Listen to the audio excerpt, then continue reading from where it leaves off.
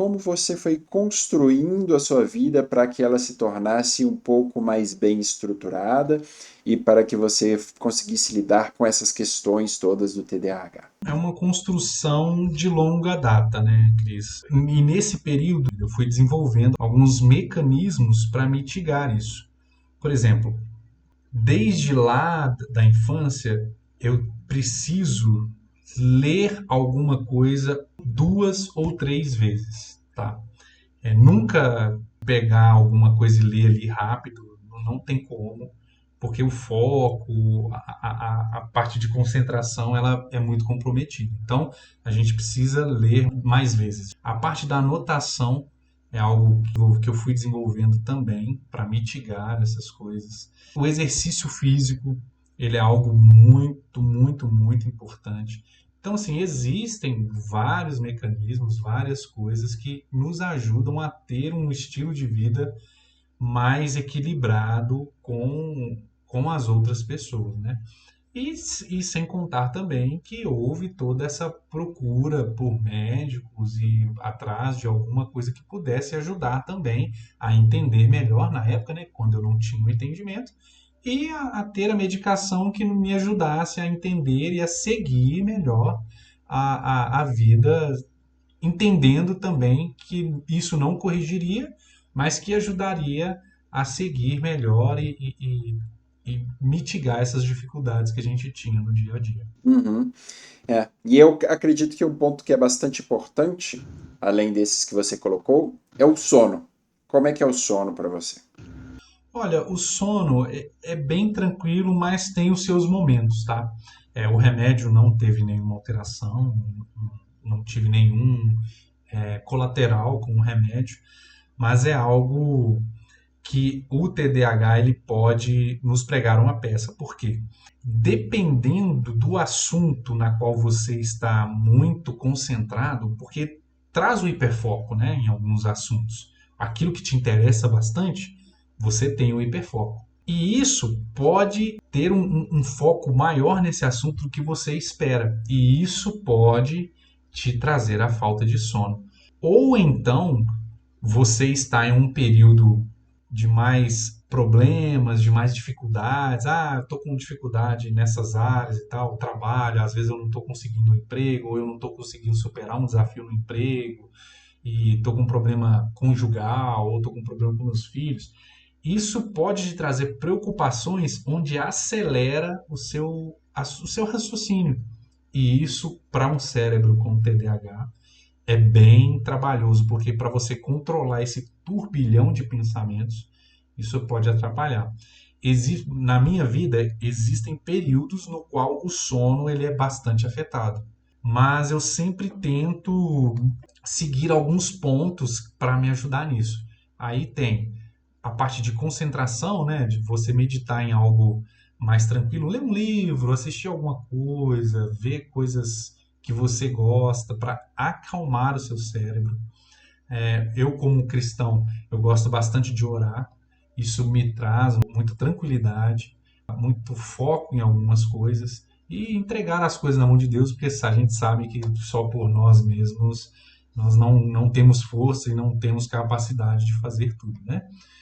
Mas, e atividade física também que eu faço até hoje, como a gente disse anteriormente, é algo que ajuda muito a desacelerar os raciocínios, os pensamentos e acalmar mesmo essa celeridade. Uhum. E eu acho que esse realmente é um dos pontos principais. Se a gente não dorme bem, usualmente é porque o nosso cérebro está extremamente agitado. Rotina de saneamento do sono. Se você vai dormir às 8 horas da noite, às 10 horas da noite, o ideal é 2 horas antes você não mexer mais no celular. Esse é o ideal. Ah, a gente consegue? Não.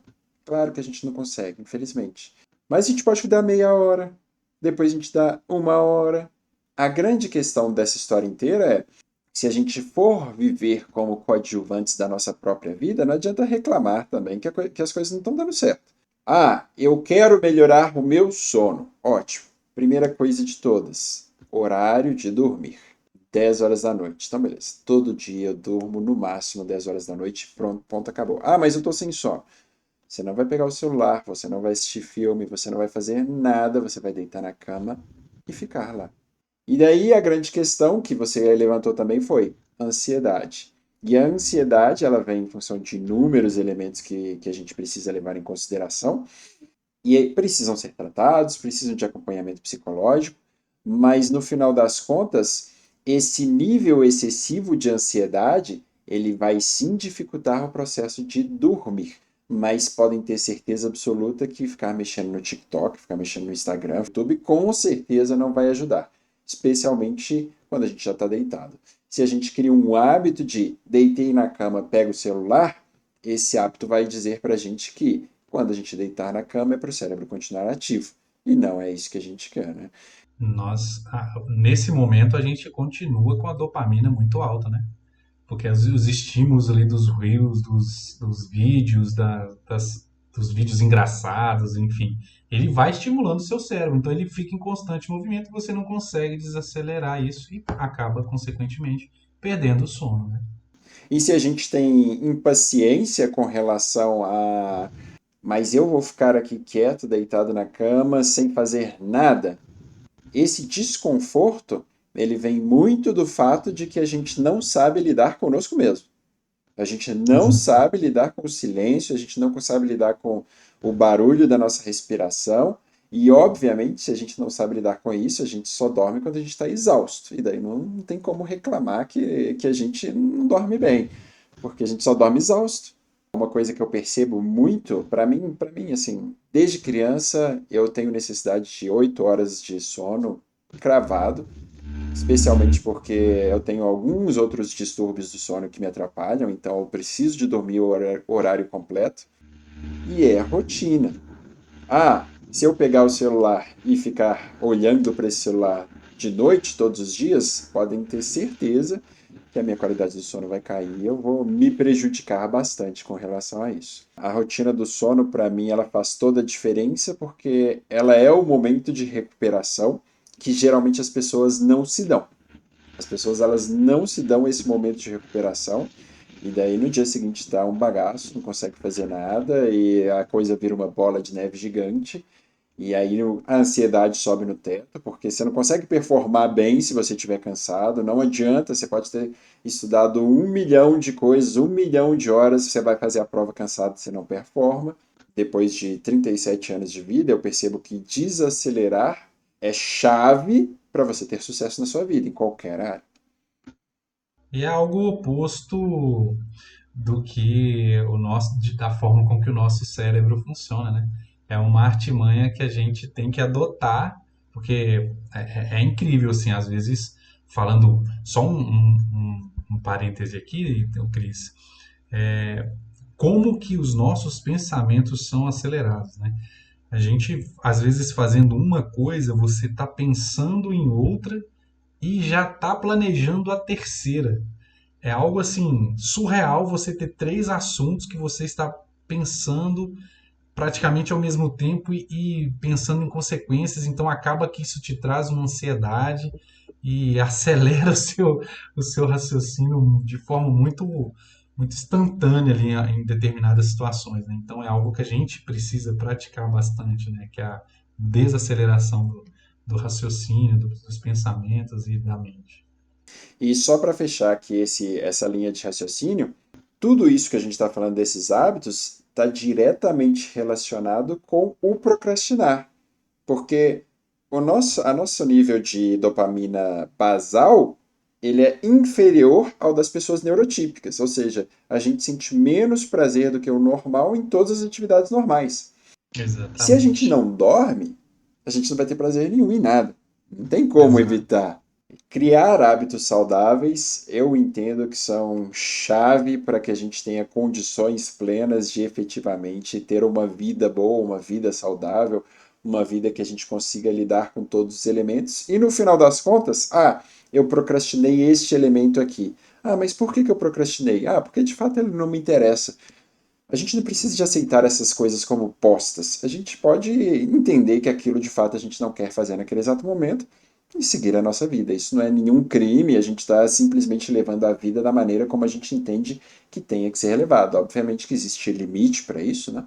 mas é importante entender que o nosso desejo tem lugar.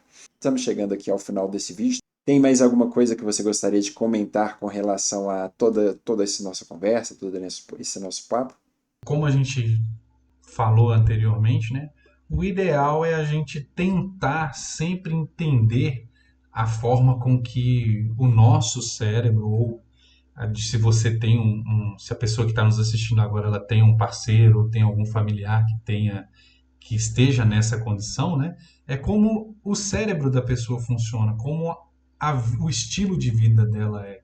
Eu acho que isso vai facilitar muito você entender algumas coisas, entender algumas frustrações da pessoa, entender alguma dificuldade, que às vezes não é por querer, muitas das vezes é por uma dificuldade que ela tem no momento, sabe? Então, o importante é você entender de fato isso, esse trabalho que você faz, Cris, é até interessante, tá? De debater sobre o assunto, de divulgar mais o assunto.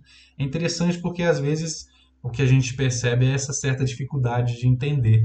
Quantas vezes eu já fui chamado de preguiçoso, de lerdo, entendeu? Porque as pessoas que estavam ao meu lado não entendiam que eu tinha algumas dificuldades por causa da minha condição. Então, assim, o interessante mesmo é entender a forma com que a outra pessoa trabalha, como que ela funciona, para que a gente possa ajudar também, de certa medida, ela a crescer e progredir. A pessoa com TDAH, ela pode superar a pessoa neurotípica em função do seu esforço. Ah, aquela pessoa tem essa limitação, como todas as pessoas têm limitações. E as pessoas com TDAH, elas têm condições de ver as coisas fora das caixinhas. Então, vamos ensiná-las a aproveitar isso de forma adequada, de forma equilibrada, para que ela possa superar, inclusive, a vasta maioria daqueles que estão ao redor dela.